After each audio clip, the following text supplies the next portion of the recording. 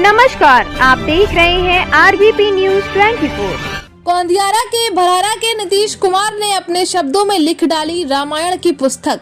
बड़ी खबर आ रही है उत्तर प्रदेश के प्रयागराज से, जहां गोंदियारा क्षेत्र से भरारा गांव के नीतीश कुमार नामक युवक ने सनातन धर्म सहित सिख, बौद्ध, जैन धर्म को जोड़ने सहित समाज में चल रहे धर्मांतरण मामलों को लेकर एक ऐसी बात कही जो कि अमल करने योग्य है। उन्होंने बताया कि इस पुस्तक में भगवान के नाम का स्मरण मात्र से भी हम सभी को मोक्ष की प्राप्ति हो सकती है।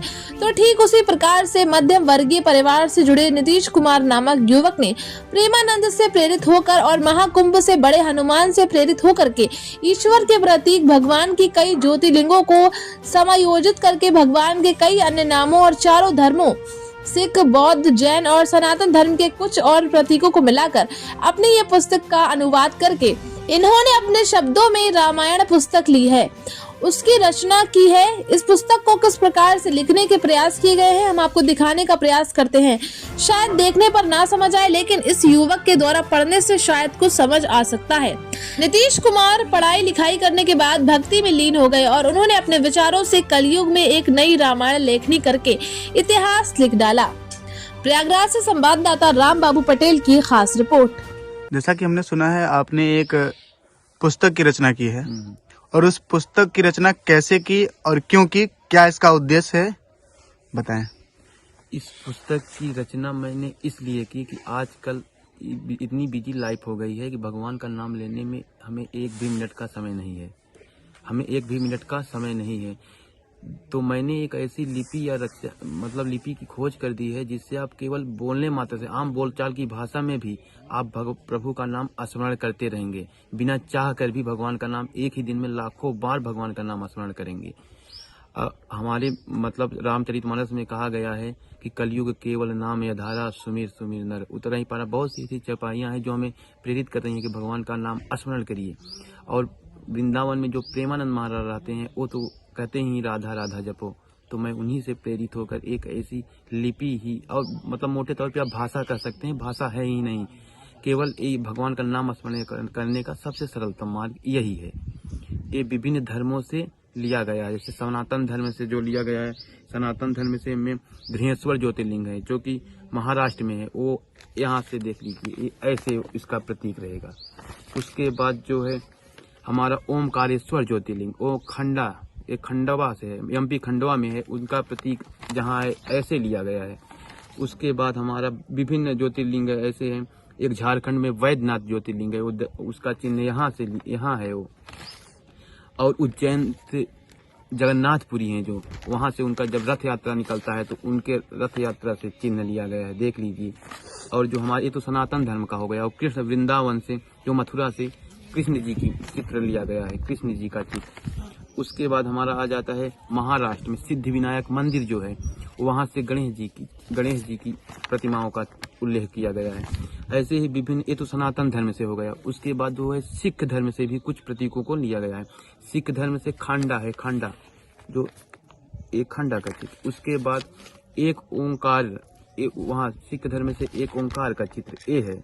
उसके बाद हमारा नटराजन की मूर्ति भी है। उसके बाद बौद्ध धर्म से लिया गया है 2 चित्र। एक हो गया धम्म चक्र, ये धम्म चक्र है। इसको ज्यादा शॉर्टकट में लिया गया हूँ ताकि जल्दी से लोग लिख पाएं। उसके बाद जो यहाँ महाकुंभ लगने जा रहा है, वहाँ से हमारे प्रभु जो हनुमान जी हैं, उनका भी चित्र लिया गया है, हनुमान जी का। ये सभी चित्रों को हमने एक रामचरितमानस इन्हीं चित्रों की सहायता से हमने पूरा लिख दिया है। ये देखिए, पूरा रामचरितमानस इन्हीं चित्रों पर आधारित है। आपने जो यह पुस्तक लिखी हुई है, इस पुस्तक का क्या नाम है? ये रामचरितमानस है, रामचरितमानस तुलसीदास का। उसका इसी सनातन लिपि कहूंगा इसको, हम उसी लिपि में अनुवाद कर दिया हूँ, सेम टू सेम, सनातन लिपि में अनुवाद हो गया है पूरा। सनातन लिपि में ये अनुवाद हो गया है। अपने रामचरितमानस को ही केवल चित्रों के माध्यम से दर्शाया है। हाँ, पूरे चित्रों के माध्यम। सत श्री अकाल, मैं दर्शाया श्री राम, मैं राधा कृष्ण बोल हरे राम। इस समय वो इसी लिपि कृष्ण श्री राम, मैं न चाहकर भी 10-15 बार भगवान का नाम स्मरण कर लिया। अगर मैं इसी लिपि में बोलूंगा तो आप लोगों को जो दर्शक हमारे देख रहे हैं उनको कम समझ आए। ओम नमो भगवते वासुदेवाय, नारायण नारायण। मैं इस लिपि राम राम नहीं बोलता हूँ ज्यादातर, लेकिन अपने घर में तो मैं ऐसी ही भाषा ही बोलता हूँ। तो एक ही दिन में लाखों बार भगवान का नाम स्मरण हो जाता है। मैं गृहस्थ आश्रम में रहकर लाखों बार भगवान का नाम स्मरण करता हूँ। आने वाले महाकुंभ में बहुत से सनातन धर्म के पुजारी लोग आएंगे, और आप इस महाकुंभ को लेकर क्या कहना चाहेंगे?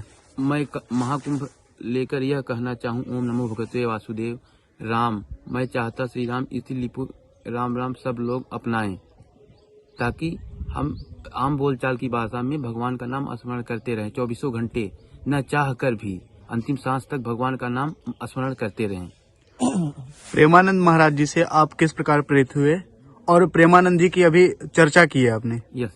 किस प्रकार से प्रेरित हुए उनसे, और उनके बारे में कैसे आपने सोचा कि हम ये पुस्तक लिखें और कुछ भगवान का भी नाम हो? देखिए, मैं तो पिछले कई सालों से प्रेमानंद महाराज को फॉलो कर रहा हूँ, उनको सुन रहा हूँ। तो उनका एक ही कहना है कि जितना हो सके राधा राधा जपो, कृष्ण कृष्ण जपो, राम राम जपो, जय बजरंगबली। मैं नारायण सोचा ऐसी भाषा हर हर महादेव बना दी जाए जिसमें भगवान राम नाम आता रहे, ओम नमो भगवते वासुदेव, न चाहकर ओम नमः शिवाय मैं भगवान का नाम लेता रहूं। ये मैंने जो बोला इसी लिपि में, मैं न चाहकर भी भगवान का नाम स्मरण कर लिया कई बार। आपका परिचय? मेरा नाम नीतीश कुमार है। नीतीश कुमार है। मैं यहाँ प्रयागराज, जिला प्रयागराज है, गांव का नाम भरहारा है।